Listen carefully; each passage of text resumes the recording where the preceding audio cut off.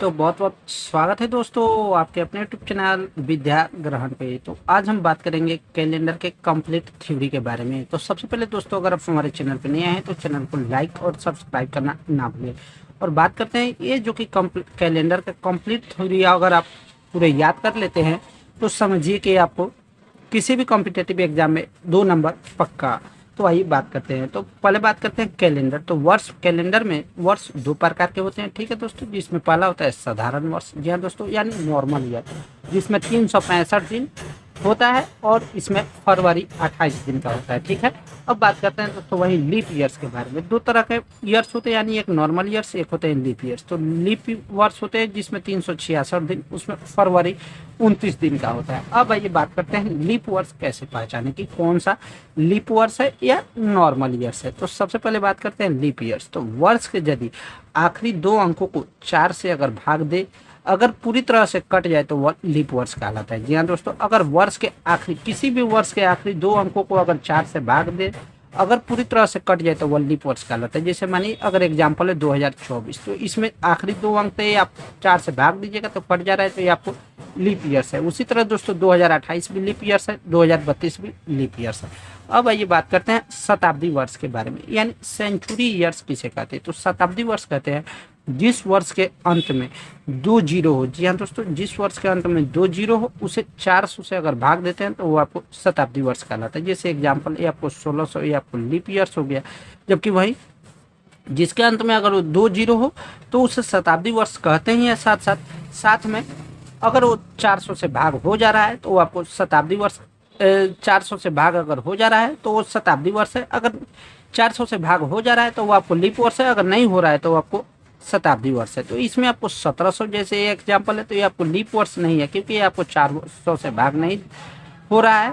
और ये आपको साधारण शताब्दी वर्ष है। या दोस्तों एक होता है नॉर्मल यानी साधारण शताब्दी वर्ष, एक होता है लीप शताब्दी वर्ष। तो ये आपको समझ में आ गया। अब आइए बात करते हैं नेक्स्ट कॉन्सेप्ट के बारे में। तो नेक्स्ट कॉन्सेप्ट है दोस्तों विषम यानी ऑड डे की गणना, यानी किसी भी संख्या में विषम दिन कैसे निकाल सकते हैं। तो मानिए कुल दिनों की संख्या, जी हाँ दोस्तों, कुल दिनों की संख्या में अगर 7 से भाग देने पर जो शेषफल बचता है यानी रिमाइंडर बचता है, यदि कुल दिनों की संख्या को 7 से भाग देने पर जो शेषफल बचता है उसे विषम दिन कहते हैं, यानी ऑड डे कहते हैं। जी हाँ दोस्तों, समझ गए ना, कुल दिनों की संख्या को यदि 7 से भाग देने पर जो शेषफल बचता है उसे विषम दिन कहते हैं। अब आइए बात करते हैं वर्ष। या तो साधारण वर्ष में यानी 365 दिन होते हैं। अगर इसमें अगर आप 7 से भागा देते हैं तो इसमें आपको 52 सप्ताह, ठीक है, 7 × 35 और 1 7 × 14, 52 सप्ताह और एक विषम दिन होता है। जी हाँ दोस्तों, यानी आप याद कर लीजिएगा, एक साधारण वर्ष में एक विषम दिन होता है, यानी 365 दिन में। वहीं अगर बात की जाए लीप वर्ष के बारे में, यानी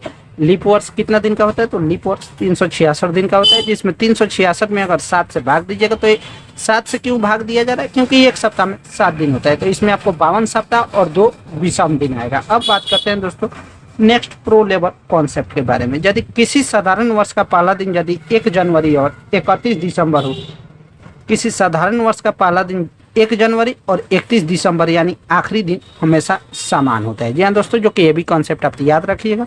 किसी साधारण वर्ष का पहला दिन 1 जनवरी और 31 दिसंबर आखिरी दिन जो कि हमेशा समान होता है। वहीं दोस्तों इसके सिम उल्टा होता है। किसी लीप वर्ष यानी जो कि 366 दिन का होता है का आखिरी दिन पहले दिन से 1 दिन आगे होता है, पहले दिन से 1 दिन आगे होता है। तो अब हम बात करते हैं किसी लीप वर्ष यदि 366 दिन का अगर आखिरी दिन पहले दिन से 1 दिन आगे होता है। जी हाँ दोस्तों, किसी लीप वर्ष में का आखिरी दिन पहले दिन से 1 दिन आगे होता है। अब आइए बात करते हैं जो कि चौथा नंबर पॉइंट से महीनों के कोड्स। जी हाँ दोस्तों, तो अब आइए बात करते हैं महीना के कोड्स के बारे में। तो ये आपको साधारण वर्ष में यानी नॉर्मल ईयर्स में जनवरी के कोड 0 होते हैं, जो कि इसी कोड से आप किसी भी प्रश्न को आप सोल्व कर सकते हैं। तो जनवरी का कोड जो कि 0 होता है, फरवरी का कोड 3 होता है, मार्च का कोड 3 होता है, अप्रैल का कोड 6 होता है, मई का कोड 1 होता है, जून का कोड 4 होता है, जुलाई का कोड 6 होता है, अगस्त का कोड 2 होता है, सितंबर का कोड 5 होता है, अक्टूबर का कोड 0 होता है और नवंबर का कोड 3 होता है, जबकि दिसंबर का कोड 5 होता है। ये कॉन्सेप्ट आप याद रखिएगा। नॉर्मल ईयर्स में एक बार फिर से रिपीट कर देता हूँ। जनवरी का कोड 0, फरवरी का कोड 3, मार्च का कोड 3, अप्रैल का कोड 6, मई का कोड 1, जून का कोड 4, जुलाई का कोड 6, अगस्त का कोड 2, सितंबर का कोड 5, अक्टूबर का कोड 0, नवंबर का कोड 3 और दिसंबर का कोड 5 होता है। अब ये बात करते हैं नेक्स्ट कॉन्सेप्ट, वहीं बात करते हैं लीप वर्ष में। तो लीप वर्ष में जनवरी का कोड 6 होता है, फरवरी का कोड 2 होता है, मार्च का कोड 3 होता है, अप्रैल का कोड 6 होता है, मई का कोड 1 होता है, जून का कोड 4 होता है, जबकि जुलाई का कोड 6 होता है, वहीं अगस्त का कोड 2 होता है, सितंबर का कोड 5 होता है, अक्टूबर का कोड 0, नवंबर का कोड 3, वहीं दिसंबर का कोड 5 होता है। एक बार फिर से रिपीट कर देता हूँ, लीप वर्ष में जनवरी का कोड 6 होता है, फरवरी का कोड 2 होता है, मार्च का कोड 3 होता है, अप्रैल का कोड 6 होता है, मई का कोड 1 होता है, जून का कोड 4 होता है, जुलाई का कोड 6 होता है, अगस्त का कोड 2 होता है, सितंबर का कोड 5 होता है, अक्टूबर का कोड 0 और नवंबर का कोड 0, जबकि दिसंबर का कोड 5 होता है। अब ये बात करते हैं जो कि साधारण वर्ष के लिए एक ट्रिक है और नॉर्मल एक लीप वर्ष के लिए भी एक ट्रिक है। तो साधारण वर्ष के लिए जो ट्रिक होता है, फ़ोन नंबर आप ये याद कर लीजिएगा, लैंडलाइन नंबर 033 614 625 035, 033 614 625 035, 033 614 625 035। उसी तरह एक और जो कि नॉर्मल ईयर्स का था, ये लीप ईयर्स का है, 623 614 625 035, 623 623 614 623 614 625 035, जो कि आपको लीप वर्ष के लिए। अब आइए बात करते हैं शताब्दी कोड। तो शताब्दी कोड किसे कहते हैं, यानी जिसके अंत में 2 जीरो लगा हो। तो शताब्दी कोड जैसे 1600 हो गया, 2000 ईस्वी हो गया, 2400 ईस्वी हो गया, ये सब के लिए कोड हमेशा 6 होता है। जैसे जो 400 से भागा लग जाए और रिमाइंडर 0 आए, उसके लिए शताब्दी कोड 6 होता है। जबकि 1700 यानी 1700 में अगर 400 से भाग दे रहे हैं, ये सिर्फ शताब्दी कोड के लिए यानी सेंचुरी ईयर के लिए। जैसे 1700 है, 2100 ईस्वी है, ठीक है, ये आपको 1800 ईस्वी है, 2200 ईस्वी है, आपको 1900 ईस्वी है, आपको 2300 ईस्वी है। तो मानिए जैसे ये आपको 1800 ईस्वी, इसमें अगर आप 400 से भाग दे रहे हैं, 400 से क्यों भाग दे रहे हैं, इसलिए क्योंकि ये आपको सेंचुरी ईयर है। तो 400 से भाग दे रहे हैं, तो 4 चौका 16, रिमाइंडर कितना आ रहा है, 200 रिमाइंडर आ रहा है। अगर रिमाइंडर 200 आएगा तो उसका कोड 2 होगा, अगर रिमाइंडर 300 आएगा तो उसका रिमाइंडर 0 होगा, शताब्दी कोड 0 होगा। जबकि अगर रिमाइंडर अगर 1 आएगा तो उसका रिमाइंडर, तो उसका कोड 4 होता है। अब ये बात करते हैं दिनों के कोड के बारे में। तो दिन के कोड होता है, रविवार का 0 होगा, सोमवार का 1 होगा, मंगलवार का 2 होगा, बुधवार का 3 होगा, गुरुवार का 4 होगा, शुक्रवार का 5 होगा और शनिवार का 6 होगा। और सेम इसी तरह आगे भी रिपीट होते रहता है। अब ये बात करते हैं, जैसे किसी भी तारीख से अगर दिन निकालने का सूत्र अगर पता किए जाए, जैसे मानिए अगर आज तारीख है 10 तारीख, तो आज कौन सा दिन है, इसका निकालने का सूत्र आपको, अगर दिन निकालने का सूत्र निकालना है तो सबसे पहले उस तारीख का लिखिए, फिर उस महीना का कोड लिखिए जो कि हम पहले बता चुके हैं, फिर शताब्दी कोड लिखिए, फिर प्लस कीजिए, फिर वर्ष के अंतिम 2 अंक, मानिए अगर 2025 वर्ष है तो इसके अंतिम 2 अंक, 25 के अंतिम 2 अंक हो गया, 2025 के 25 हो गया, प्लस लीप वर्ष, फिर ये 25 अगर लीप वर्ष है तो लीप वर्ष लिखिए और फिर इसमें भाग दे दीजिए लीप वर्ष, यानी 4 से भाग दीजिए, फिर उसका जो भागफल आएगा उसको लिखिए। तो यह अंतिम 2 अंक अब भागा 4 और उसके भागे में 7 से आप भाग दे दीजिए।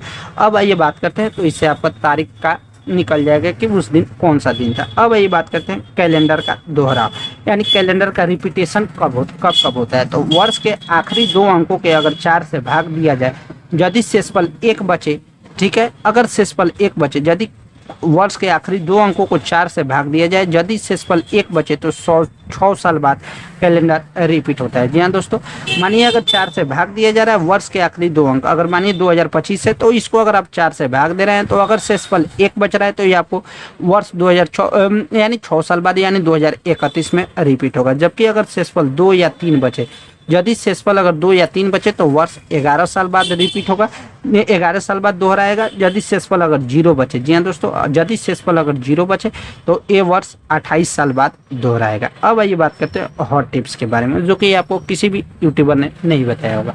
अब बात करते हैं किसी भी शताब्दी वर्ष का आखिरी दिन मंगलवार, गुरुवार और शनिवार, यानी TTS, किसी भी शताब्दी वर्ष का सेंचुरी ईयर्स, किसी भी शताब्दी वर्ष का आखिरी दिन मंगलवार, गुरुवार या शनिवार नहीं हो सकता है। तो हो सकता है कौन कौन, इन सभी को छोड़कर मंगलवार, गुरुवार या शनिवार को, यानी सोमवार, बुधवार, शुक्रवार और रविवार, ये आपको शताब्दी वर्ष का आखिरी दिन हो सकता है। वहीं बात करते हैं दोस्तों शताब्दी वर्ष का पहला दिन कौन कौन सा हो सकता है। यदि 1 जनवरी के अनुसार हो तो शताब्दी वर्ष का पहला दिन यदि 1 जनवरी के अनुसार हो तो सोमवार हो जाएगा, मंगलवार हो जाएगा, गुरुवार हो जाएगा, शनिवार हो जाएगा। तो हो कौन नहीं सकता है? तो बुधवार, शुक्रवार और रविवार नहीं हो सकता। अब आइए नेक्स्ट कॉन्सेप्ट के बारे में। नेक्स्ट जो कि कॉन्सेप्ट है, सोमवार एक एकलौता दिन ऐसा है जो किसी शताब्दी वर्ष का पहला दिन हो भी सकता है और नहीं भी हो सकता है। जी हाँ दोस्तों, आप याद कर लीजिएगा, सोमवार यानी मंडे एक ऐसा एकलौता दिन है जो किसी शताब्दी वर्ष का पहला दिन हो भी सकता है और नहीं भी हो सकता है। अब आइए बात करते हैं, जैसे एक और कॉन्सेप्ट है कैलेंडर, जो कि हमारा जो कैलेंडर है अपना, वो हर 400 साल में कैलेंडर खुद को पूरी तरह दोहरा लेता है। जी हाँ दोस्तों, हर 400 वर्ष में कैलेंडर खुद को पूरी तरह दोहराता है। अब ये बात करते हैं शताब्दी कोड के बारे में। यदि शेषफल अगर 0 होगा तो उसका शेषफल अगर 0 होगा तो ये आपको 6 होगा। यदि शेषफल अगर 100 होगा तो उसका कोड 4 होगा। यदि शेषफल अगर 200 है तो उसका सेंचुरी कोड 2 होगा। यदि शेषफल अगर 300 है तो उसका कोड 6 होगा। अब ये बात करते हैं 31 दिन वाले महीने कौन कौन से हैं। तो 31 दिन वाले महीने 7 टोटल महीना होते हैं, जनवरी, मार्च, मई, जुलाई। जनवरी, मार्च, मई, जुलाई, अगस्त, अक्टूबर, दिसंबर। जनवरी, मार्च, मई, जुलाई, अगस्त, अक्टूबर, दिसंबर। वही बात करते हैं दोस्तों 30 दिन वाले महीने कौन कौन से होते हैं। तो अप्रैल होते हैं, जून होते हैं, सितंबर होते हैं और नवंबर, जो कि आपको 4 महीने 30 दिन वाले होते हैं और 7 महीने 31 दिन वाले होते हैं। जबकि अब बात करते हैं फरवरी, जो कि फरवरी 28 दिन का होता है कब? साधारण वर्ष में। जबकि 29 दिन कब होता है? तो लीप वर्ष में। अब आइए बात करते हैं नेक्स्ट कॉन्सेप्ट के बारे में।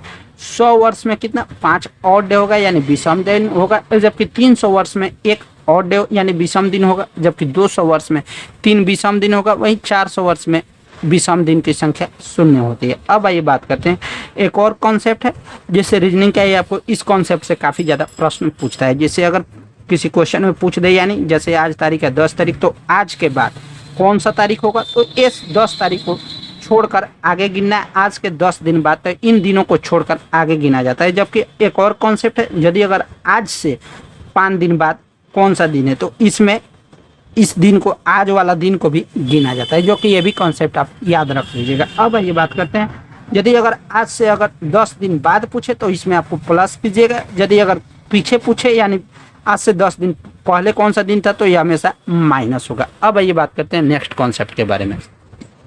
अब जो कि नेक्स्ट कॉन्सेप्ट है, किसी भी साधारण वर्ष में जनवरी और अक्टूबर का कैलेंडर समान होता है। फरवरी, मार्च और नवंबर का कैलेंडर डेट यानी कैलेंडर डेट समान होता है, उसका दिन पूरा समान होता है। जबकि अप्रैल और जुलाई का दिन भी समान होता है। वहीं सितंबर और दिसंबर यानी जो कि साधारण वर्ष में भी समान होता है। अब ये बात करते हैं लीप वर्ष में, यानी किसी भी लीप वर्ष में। तो लीप वर्ष में जनवरी, अप्रैल और जुलाई का कैलेंडर समान होता है। लीप वर्ष में जनवरी, अप्रैल और जुलाई का कैलेंडर समान होता है। जबकि फरवरी और अगस्त का समान होता है। वहीं मार्च और नवंबर का भी समान होता है और सितंबर और दिसंबर का भी समान होता है। अब ये बात करते हैं एक ही तारीख पर यदि अगले साल का अगर दिन निकालना हो, तो एक ही तारीख पर, जैसे आज है तारीख 10 तारीख, तो अगले साल, जैसे आज है तारीख 10 मार्च 2025, तो अगले साल 2026 10 मार्च 2026 को कौन सा दिन होगा? तो साधारण वर्ष होगा तो उसमें +1 जोड़ दीजिएगा। वहीं दोस्तों अगर लीप वर्ष में अगर हो तो उसमें आपको +2 दिन जोड़ा जाता है। जैसे आपको, जैसे एग्जांपल है 15 मार्च 2022 को यदि मंगलवार था, तो 15 मार्च 2023 को, तो ये आपको साल से अगले साल में जाना है। दिन भी सेम है, तारीख भी सेम है, सिर्फ ईयर अलग है। तो इसमें आपको +1 जोड़ दीजिएगा। तो 15 मार्च 2022 को मंगलवार था, तो ये आपको अगले साल 2023 को बुधवार हो जाएगा। वहीं अगर इसके अगर बीच में अगर लीप ईयर्स आ जाए, तो लीप ईयर्स में हमेशा +2 जोड़ा जाता है। तो कैसा लगा दोस्तों वीडियो? अगर वीडियो अच्छा लगे तो वीडियो को लाइक करना ना भूलें। साथ में दोस्तों ये हुआ कैलेंडर का कंप्लीट कॉन्सेप्ट, कंप्लीट थ्योरी समाप्त। अगर इस पूरे कैलेंडर को, वीडियो को पूरे मन से अगर समझ गए, पढ़ लिए, तो आपका कैलेंडर पक्का हुआ 100%। तो ठीक है दोस्त, बाय बाय।